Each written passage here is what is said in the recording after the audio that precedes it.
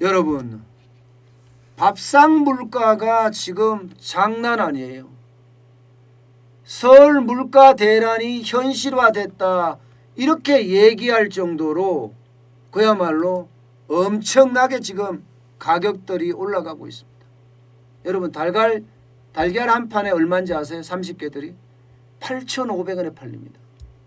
달걀 30개들이 한 판이면요, 싸게 살 때는 뭐 2,000원까지도 샀습니다. 근데 특난인 경우에는 한 3,000원 정도만 주고 샀어요. 마트에서 말입니다.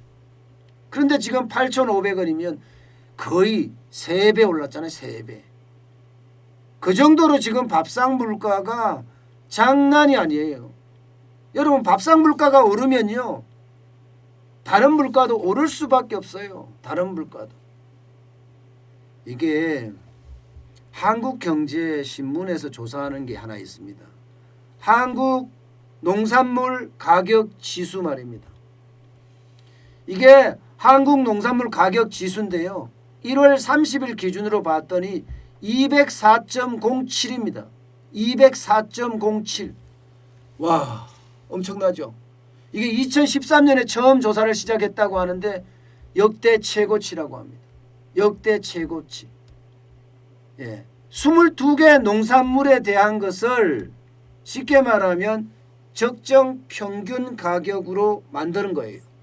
이게 배기 기준이에요. 배기 기준인데 204.07이 됐다는 것은요, 농산물 가격이 엄청 오른다는 이야기잖아요. 밥상 물가가 사실 농산물 물가에 좌우하는 거 아니겠습니까? 농산 물가가 이렇게 많이 오르니까 밥상 물가도 따라서 오를 수밖에 없습니다. 따라서. 이게 여러분 보시다시피 작년 9월 달에 198.81, 198.81까지 올랐는데, 예, 지금 204.07까지 올랐다는 것은 결국은요, 이게 물가 인상의 신호탄이 되지 않을까. 쉽게 말하면 인플레이션의 예고판이 되지 않을까. 이렇게 분석하는 사람들도 벌써 나오기 시작했습니다. 여러분, 물가 상승률은요, 통계청에서 조사하는 물가 상승률은 460개 되는 품목을 가지고 사용 빈도에 따라서 가중치를 조사하는 게 물가입니다. 물가. 정부가 조사하는 소비자 물가입니다. 그런데 그 물가 안에는요, 지금 올라갈 만한 것들이 지금 다 올라가고 있어요. 자, 밥상 물가라는 게 올라가죠. 그러면 밥상 물가의 핵심이라고 이야기하는 농산물 가격 다 올라갑니다. 한국농산물식품유통공사에 따르면요, 사과 10kg 도매 가격이 63,800원입니다. 작년 1월에 대비해서요 62.5% 올랐습니다. 예, 배 15kg 가격이 43,425만원이에요. 425원이에요. 43,425원. 72.8% 급등했습니다. 72.8%. 난리도 아니죠. 이게 서울 생품이거든요. 서울 상품. 이렇게 물가가 오르는데 과연 버텨낼 수 있을까요? 버텨낼 수 있을까요? 여러분, 농산물 가격이 오르잖아요. 밥상 물가도 오지만 가공식품의 가격도 엄청나게 올립니다. 가공식품의 가격도. 자, 오뚜기 가격 다 올렸어요. 오뚜기 그 밥 있죠. 밥. 적석불에 적석밥 7% 인상했습니다. 7%. 오뚜기만 인상한 게 아니에요. CJ 제일제당도 인상했고요. 풀무원 두부나 콩나물 가격 인상했습니다. 최대 14%에서, 예, 두부가 14%고요. 콩나물이 10%입니다. 예, 여기에다가 동원 F&B 꽁치캔 가격도 지금 올리고 있습니다. 12.5% 올렸어요. 12.5%. 샘표도, 예, 수산물 통조림 가격 와 엄청 올렸습니다. 42% 올렸어요. 42%. 지금 쌀값도 엄청 올라가고 있잖아요. 쌀값도. 그렇다면 보세요, 여러분.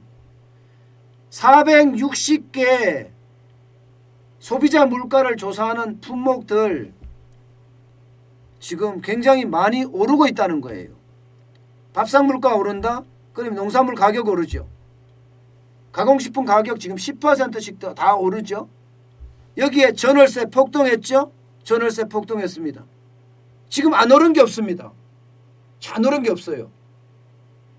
물론 정부가 추진했던 무상교복, 무상급식, 무상교재, 여기가 지금 무상으로 좀 가고 있기는 하지만 지금 나머지 전체가 폭등하고 있는 모양새입니다. 폭등하고 있는 모양새.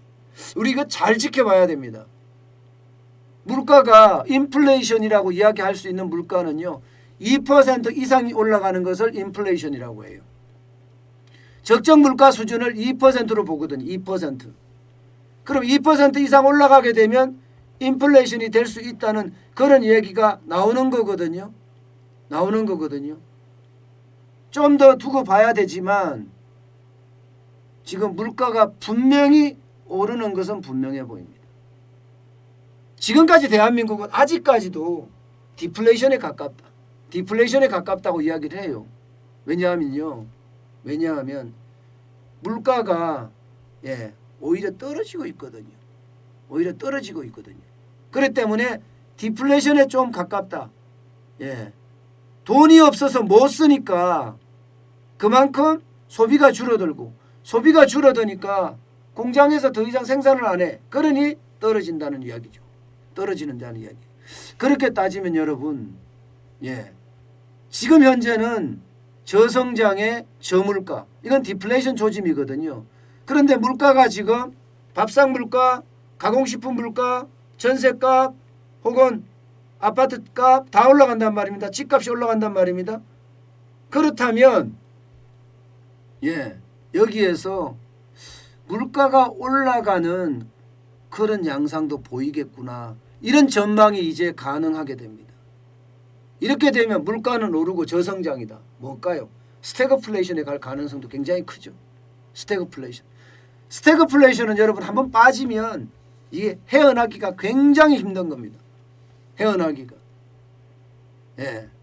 디플레이션도 어렵지만 일본이 디플레이션에 빠져서 저성장 저물가에 빠져서 고생을 했잖아요. 스태그플레이션도 이거 자칫 잘못하면 이거는 뭐 베네수엘라나 짐바브웨, 뭐 터키 이런 모양새로 갈 수가 있어요. 물가가 폭등할 수도 있는 그런 상황도 맞이할 수 있습니다. 어쨌든 물가 참 많이 올라요.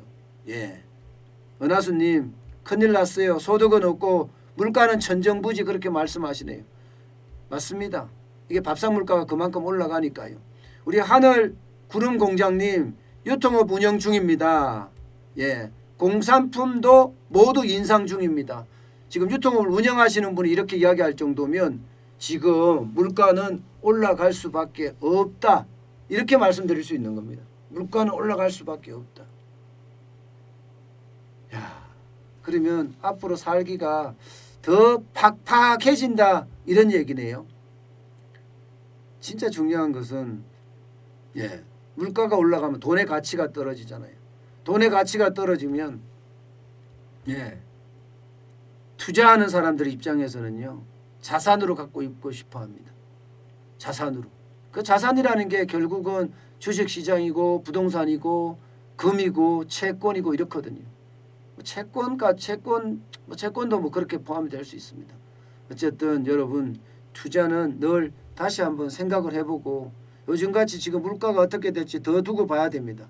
더 두고 봐야 되고 특히 근원 물가가 어떻게 되는지 두고 봐야 됩니다. 근원 물가가 중요하거든요. 뿌리 근자의 근원 물가예요. 왜냐하면 일시적이고 또 뭐라고 이야기해야 되나 계절적인 요소들은 그때그때 변할 수가 있기 때문에 물가 상승으로 별로 잘 안 잡고요. 그 외에 일시적이고 계절적인 요인을 뺀 다음에 계산을 해보자 이렇게 이야기하거든요. 분명한 것은 물가 상승 조짐 보이고요. 인플레이션 조짐도 보이는 것은 분명해 보입니다.